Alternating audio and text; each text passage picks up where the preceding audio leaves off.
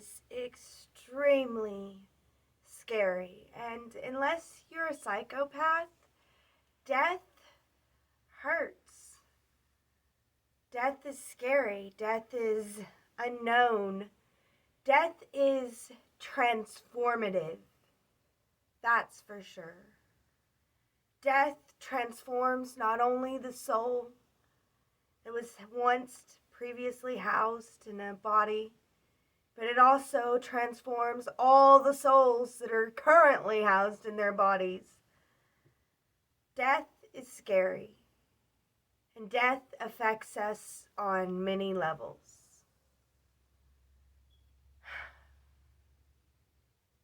And there are a few deaths that I think affect one more than others. I think that the death of a child is one that stings worse, stings a little bit harder than the others. That, along with the death of a beloved life partner, not a life partner that was hard to live with, but a life partner that was truly beloved. I think that it's harsh and it's hard to deal with. And I think that whenever we're teenagers, our best friend can be the role of the beloved life partner. And I think that our friends play a very important role in our teenage years. And I think that the death of a best friend in your childhood or in your teen years is one of those deaths that just stings harder. It's crazy because life stops. It stops in its tracks. Yet it continues to move. I don't know. You don't want it to move anymore. There's no reason for life to move anymore. You've lost a part of yourself that made the movement worthwhile. How can you move forward anymore?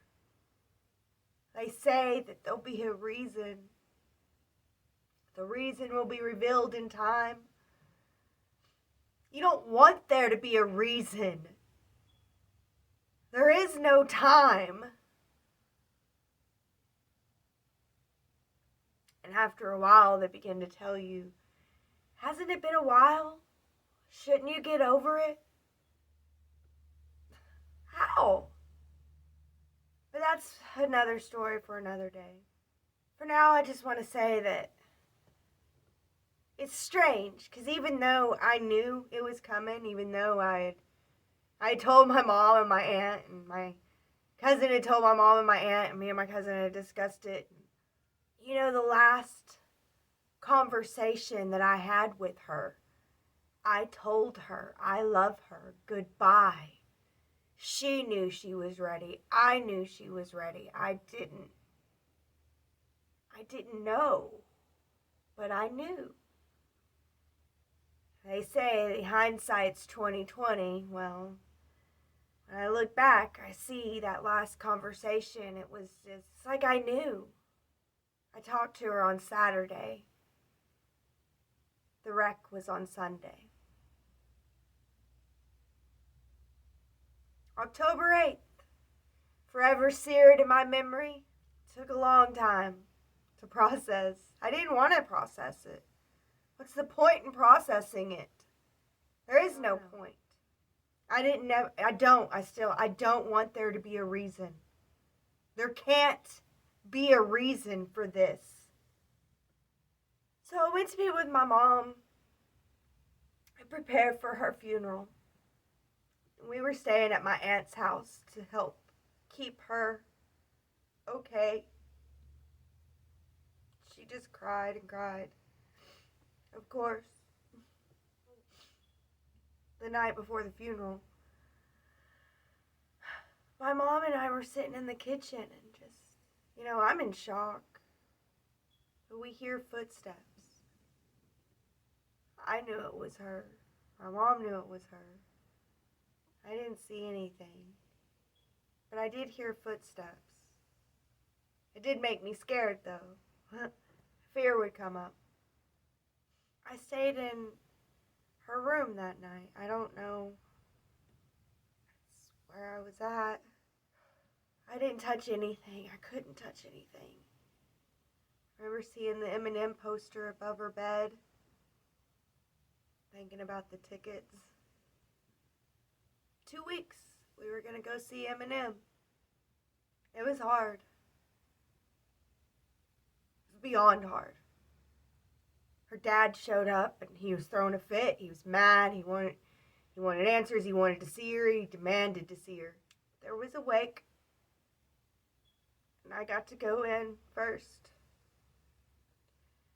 with my mom and my aunt and see her body laying there. It's like that's whenever it became real.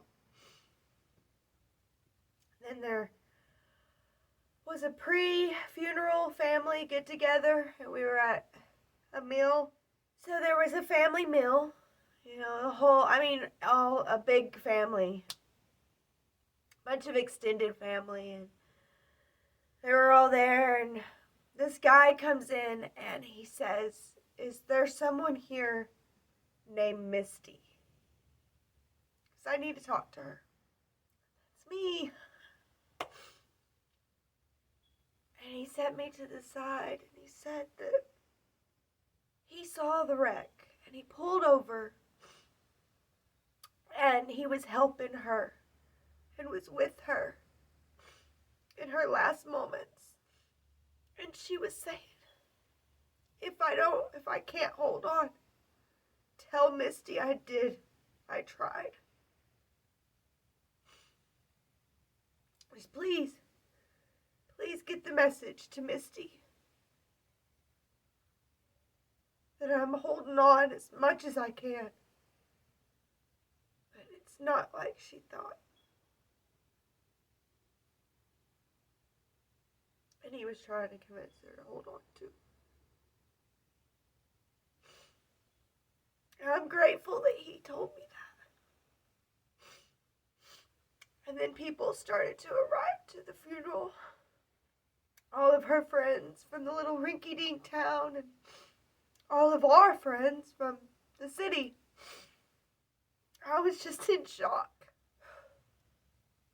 After the funeral, my aunt told the teenagers that they could go in her room and get anything they wanted to remember her by. And they tore it to pieces. And life continues to move. It just does.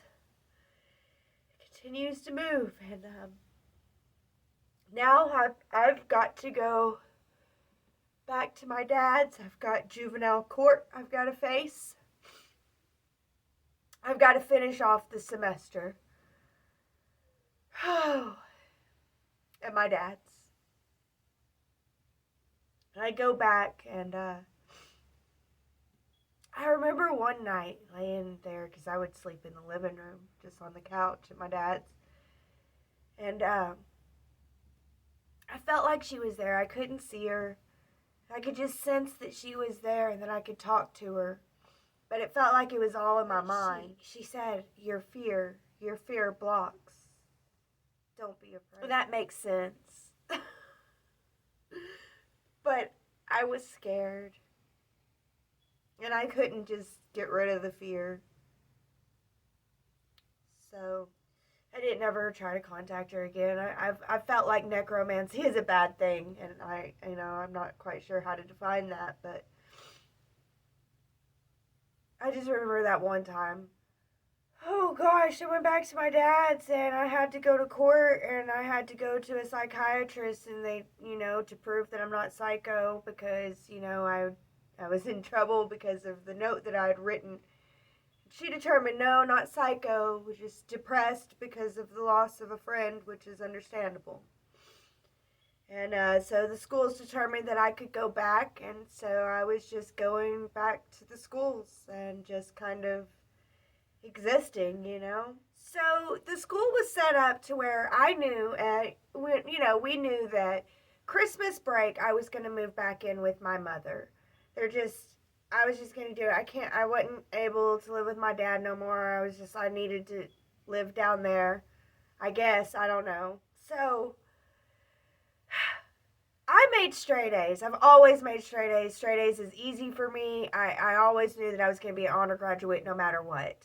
And because I made straight A's, so I expected to be an honor graduate. If I go ahead and stay here and graduate, I'm going to be an honor graduate. Well, whenever I was allowed to go back to the city, in juvenile court, they determined that I was not a threat and that I can go back to school. Suspension could be lifted, but I need to serve time. And I had to serve time as juvenile jury. So I had to be a juvenile jury member for like 6 months.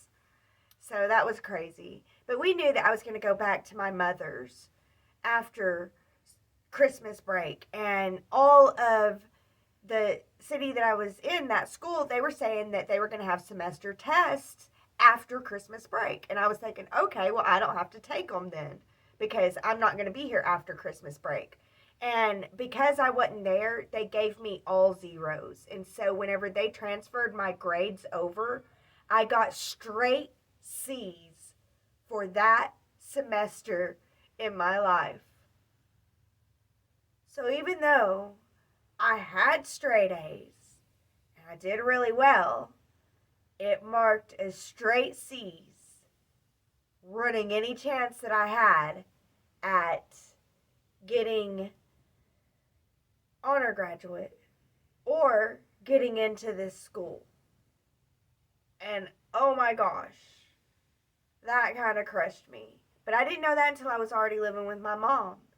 And I was living with my mom, and I started going to the little rinky-dink school that my cousin was going to. And she was popular there. She was going to be, like, homecoming queen. They put her picture up, like a big, giant picture in their school. Like, she had always lived there or something, but it don't matter. And I started going there, and they hated me. And they said I was a liar, saying that she's my cousin.